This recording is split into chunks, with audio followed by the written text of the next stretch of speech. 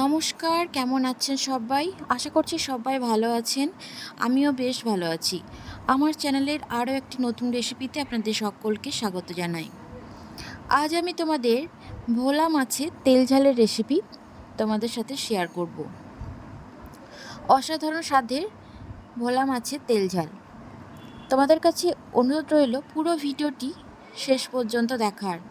আশা করছি তোমাদেরও খুবই ভালো লাগবে।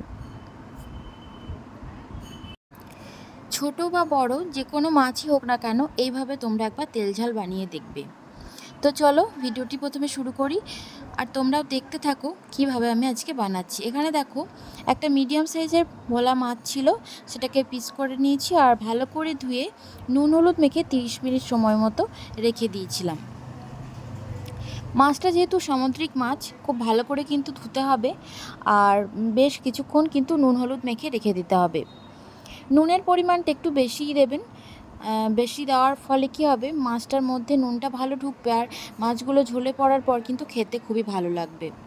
তো দেখো অন্যদিকে কড়াইতে তেল গরম করে মাছগুলোকে কিন্তু এক এক করে প্রথমে সব ভেজে নেব।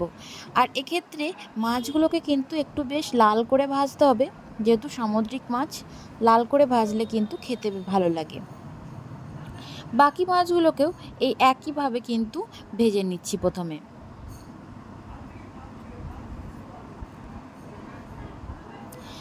এখন অন্যদিকে একটা মশলার পেস্ট আমি রেডি করব। তার জন্য নিয়েছি একটা টমেটো, মিডিয়াম সাইজের টমেটো নিয়েছি। এখানে নিয়েছি 4 কোয়া মতো রসুন আর 1 ইঞ্চি মতো আদার টুকরো, আর নিয়েছি 2টো কাঁচা লঙ্কা। আর এর মধ্যে দিয়ে দেব 1 চামচ মতো গোটা জিরে। এই সব কিছুকে দেওয়ার পরে এটা একটা সুন্দর পেস্ট বানিয়ে নেব।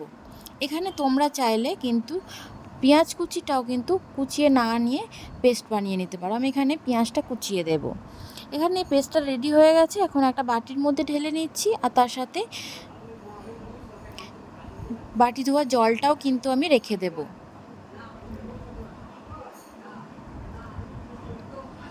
জল সহ মশলাটাকে ঢেলে একটা বাটির মধ্যে রেখে দিচ্ছি। এদিকে মাছটাও আমার ভাজা হয়ে গেছে, এখন তুলে নিচ্ছি। সামুদ্রিক মাছ অনেকেই কিন্তু খেতে পছন্দ করে না, আবার অনেকের কিন্তু অনেক প্রিয়। তো তোমরা যারা খেতে পছন্দ করো না তারা এইভাবে একবার তেল ঝাল বানিয়ে দেখবে, দুর্দান্ত স্বাদ হয় আর পরম তৃপ্তি সহকারে কিন্তু তোমরা খাবে।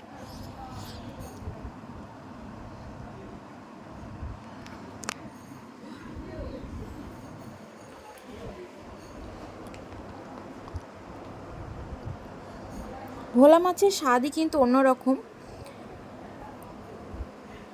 এখন দেখো মাছগুলোকে তুলে নিয়েছি। এখন বাকি তেলটার মধ্যে ফোড়নের জন্য দিয়ে দেব 1/2 চামচ মতো গোটা জিরে, 1/2 চামচ মতো কালো জিরে, আর তার সাথে দেব গরম মশলা। এখানে গোটা গরম মশলার মধ্যে নিয়েছি একটা দারুচিনি, একটা লবঙ্গ, একটা এলাচ, তার সাথে নিলাম একটা তেজপাতাটা ফাটিয়ে দিলাম।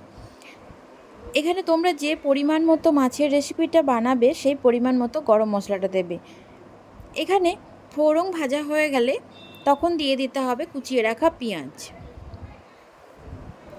তোমরা যারা মশলার সাথে পেস্ট করে নেবে তারা পেঁয়াজটাকে যখন পেস্ট করে নেবে তখন ওই মশলা পুরো সহই দিয়ে দেবে। আমি এখানে পেঁয়াজটা যেহেতু পেস্ট বানাইনি, পেঁয়াজটা প্রথমে একটু ব্রাউন কালার করে ভেজে নেব আর তারপর কিন্তু মশলাটা আমি দেব। এখানে পেঁয়াজ ভাজার সময় দিয়ে দেব 1 চামচ মতো লবণ। পেঁয়াজটা তাহলে খুব তাড়াতাড়ি ভাজা হয়ে যাবে এবং খুব তাড়াতাড়ি ব্রাউন কালারও চলে আসবে।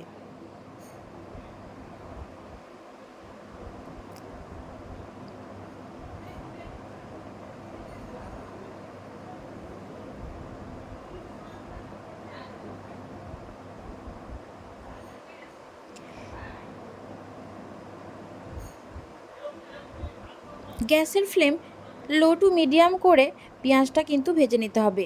হাইতে করে রাখলে কিন্তু পেঁয়াজটা অনেক বেশি পুড়ে যাবে। এখন এর মধ্যে দিয়ে দিলাম যে টমেটোর পেস্টটা আমি রেডি করে রেখেছিলাম, টমেটো, আদা, রসুন আর তার সাথে কাঁচা লঙ্কা, যে পেস্টটা রেডি করেছিলাম সেটা এখন দিয়ে দিলাম। এখন মিডিয়াম আছে এটাকে বেশ কিছুক্ষণ ধরে কিন্তু রান্না করে নিতে হবে। আর তার সাথে দিয়ে দিলাম আরও হাফ চামচ মতো লবণ। লবণটা আপনারা আপনাদের স্বাদ অনুযায়ী দিয়ে নেবেন। এখন মশলা থেকে তেল ছাড়া পর্যন্ত আমাদের ওয়েট করতে হবে। টমেটো থেকে প্রচুর যেহেতু জল বের হয়, সেহেতু কিন্তু মশলাটা বেশ হাতে সময় ধরে কিন্তু কষিয়ে নিতে হবে। তার সাথে দিয়ে দিতে হবে 1 চামচ মতো হলুদ গুঁড়ো, আর দিয়ে দেব কালারের জন্য কাশ্মীরি রেড চিলি পাউডার।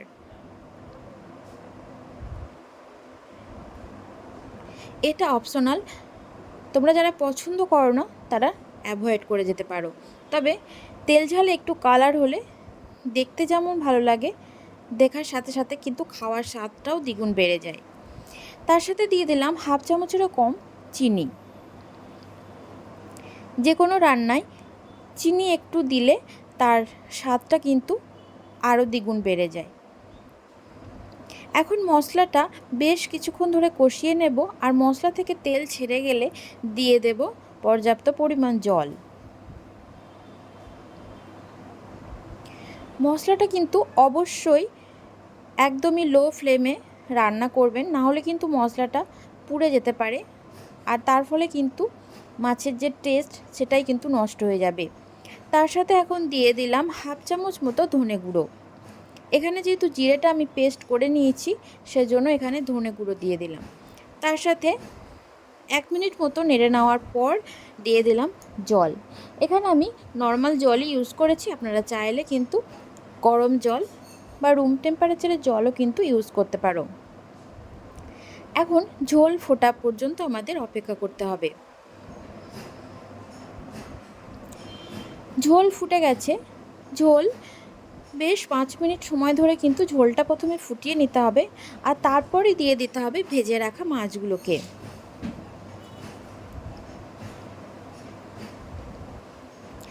ভেজে রাখা মাছগুলোকে দিয়ে দেওয়ার পর 5 থেকে 10 মিনিট সময় ধরে আরও ঝোলটাকে কিন্তু ফুটিয়ে নিতে হবে।